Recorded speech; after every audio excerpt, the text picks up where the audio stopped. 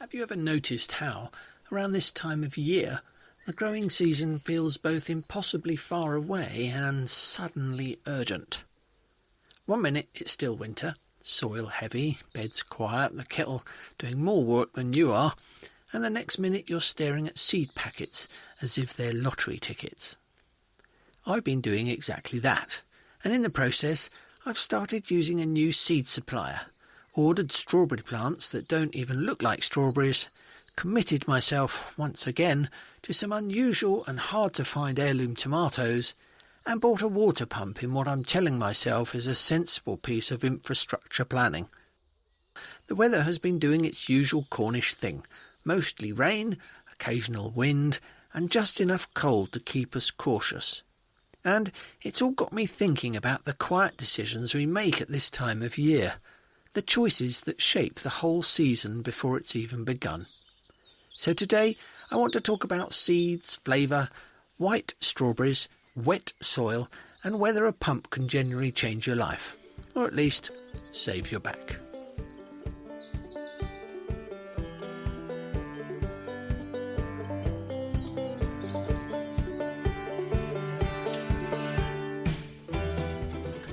Hello, and welcome to the VeggiePlot podcast, tips, tales and inspiration from the garden. I'm Chris, and today we're talking about a handful of things that probably look unrelated on paper, but actually say quite a lot about how a growing season begins. This is the time of year when most of the work is invisible. It's planning, it's ordering, it's second-guessing whether you really need yet another variety of tomato, and then convincing yourself that this year you'll definitely grow fewer plants, and knowing full well that you won't. I'll share a new seed supplier and why they appealed to me. We'll take a proper look at why heirloom tomatoes are still worth the effort, especially in a British climate that doesn't always play along. I'll tell you about the new white strawberry plants currently settling in the polytunnel, and we'll touch on some weather-related facts, because it always has the final say. So, wherever you're listening, walking the dog, driving to the allotment, or quietly hiding from the washing up, let's talk about the start of this season.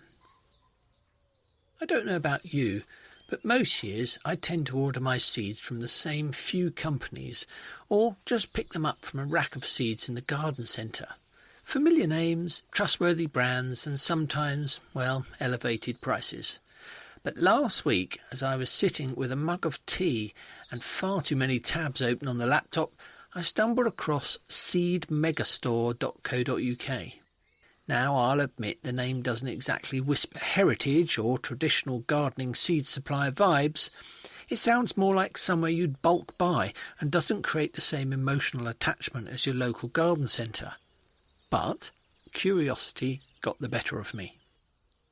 What first interested me was free shipping on orders over 20 quid, no minimum order value, and their 39p seed packet collection. The range is good too, with a proper spread of vegetables and herb seeds, enough variety to let me try something new, as well as stock up on some regulars. The other thing that caught my eye was the membership. For around £3 a year, you receive a 15% discount code valid for 12 months. Now, I'm not normally one for memberships. I don't need another card in my wallet. But if you're ordering multiple times through a season, then let's be honest, most of us do, that saving can add up. Seeds are not where they were price-wise 10 years ago, so a modest saving across the year feels sensible rather than indulgent. Of course, the real test of any seed supplier isn't the website or the discount, it's the germination and did I get what I expected. And that's what I'll be watching over the next few months, and I'll let you know how it goes. As many of you know, I love growing heirloom tomatoes. There's something about them that feels slightly rebellious. It's not dramatic or revolutionary, it's just quietly defiant. Because in a world where most tomatoes are bred to survive refrigerated lorries and fluorescent supermarket shelves, heirlooms are still grown for flavour first. An heirloom, properly speaking, is an open pollinated variety that's been passed down through generations, not a modern hybrid bred for uniformity, but something selected year after year because it tastes good, cropped well in a particular region, or simply became part of a family's growing tradition. Some of them are over 100 years old, so you're not just growing a plant, you're growing a story. Choosing what to grow is where most people either get excited or overwhelmed. There are thousands of named varieties, and it's very easy to end up with far more than you realistically have space for. I've done it myself more than once. If you're starting out with heirlooms, I'd suggest choosing a mix. One reliable and flavoursome red like Zylogiski Alatau, one darker variety for depth of flavour, perhaps such as Black Beauty, one yellow or orange for sweetness and flavour such as Alice's Dream or Lucid Gem, and perhaps one slightly unusual shape, an ox heart or a striped beefsteak such as Summer of Love or Rebel Starfighter Prime. There are so many to choose from. In fact, I've produced a number of taste test videos which are on YouTube if you're interested. Now here's something that doesn't always get mentioned. Heirlooms are often later than modern hybrids. In the UK, especially further north, that can mean they need careful timing and a bit of protection to reach their full potential. A good July can delay fruit set. Night temperatures consistently below 10 degrees can cause flowers to abort entirely. And if your greenhouse runs hot but is poorly ventilated, pollination can suffer because tomato pollen actually becomes less viable at high humidity. These aren't difficult plants, but they do reward attention.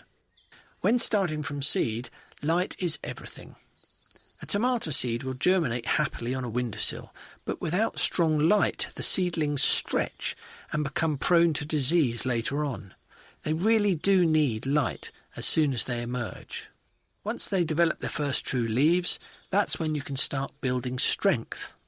Pot them on deeply, burying part of the stem. Tomatoes produce roots along buried stems, and a strong root system is the foundation of a strong plant.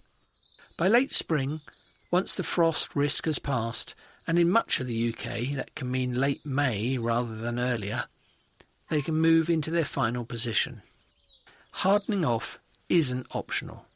Cold winds or chilly nights can really stall growth for weeks, so gradual exposure makes a huge difference.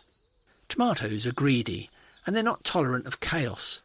Inconsistent watering leads to splitting fruit and blossom end rot, that unsightly black patch at the base of the tomato, which is usually caused by calcium uptake issues linked with irregular watering.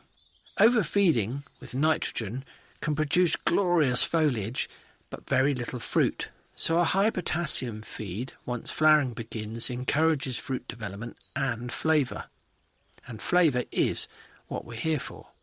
One of the most fascinating things about heirloom tomatoes is how much flavour shifts depending on conditions. Warm days and cool nights often produce the best balance of sugars and acids, and overwatering can dilute flavour, and picking too early can sacrifice on complexity. Finally, and most importantly, refrigeration dulls taste completely, so never put your tomatoes in the fridge. If you've only eaten supermarket tomatoes straight from the fridge, you haven't really tasted a tomato. So pick them when they're fully coloured, slightly soft, and let them sit at room temperature.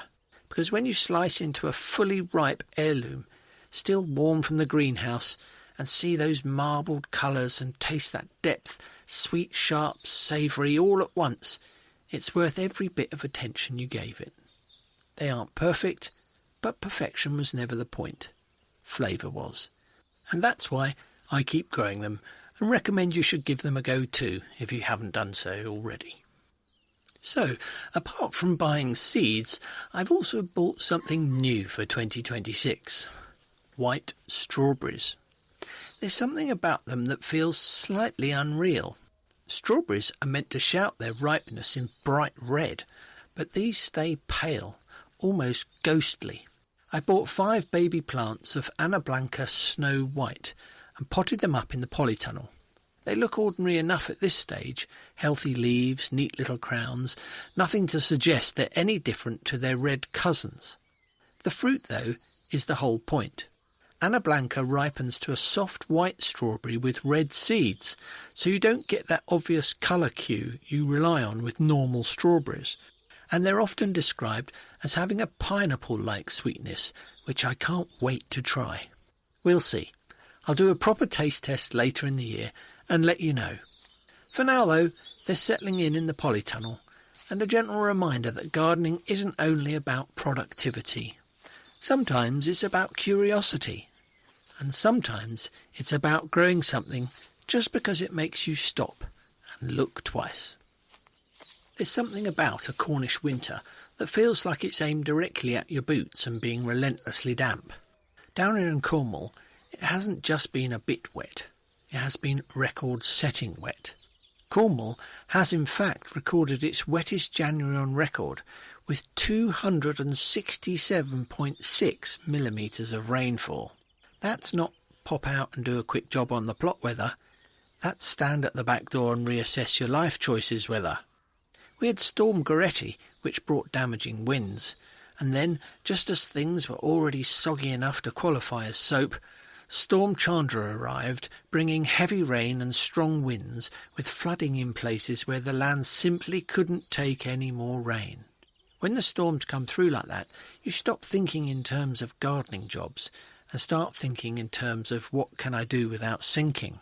It changes everything. Beds get oversaturated, paths turn to mud, and anything involving a wheelbarrow becomes an upper body workout. Knowing when to stay off the soil, when to just potter, and when to accept that the best thing you can do for the plot is leave it alone is a skill we all have to learn when we start gardening. It does seem, though, that 2026 is going to be a very wet year, and I, for one, are ready for some liquid sunshine. If you have an allotment, then you'll know that having enough water throughout the summer is one of the most important considerations when setting up your plot. It doesn't need to be complicated, but it does need to be there if your site doesn't have mains water. When I set up my allotment, I installed 2 IBCs at the top of the plot collecting water from the shed. This works well, but lugging watering cans up and down is a slow and arduous process. So this year I've put together a little water transfer setup to shift water downhill into a new IBC that someone gave me for the bottom end of the plot. I've gone for a cordless submersible pump designed to run off a power tool battery, Ryobi in my case. In other words, it's made for shifting water without needing mains power anywhere near it, which is exactly what I needed. The pump itself is a bare tool, so I've paired it with 2 18-volt 5.5 amp Ryobi compatible batteries, which I can use with the other power tools that I own. It's not fancy, but it's much cheaper than the other big brand battery pumps out on the market. I'll give a proper verdict at the end of the season and let you know if it was worth it. If you'd like more tips, tales and gardening inspiration, please visit my website VeggiePlot.uk. Thank you for listening and for being part of the growing VeggiePlot community. Don't forget to subscribe and share with your friends and other gardeners around the world. This has been Chris at the VeggiePlot podcast, tips, tales and inspiration from the garden. Until next week, happy gardening and keep growing.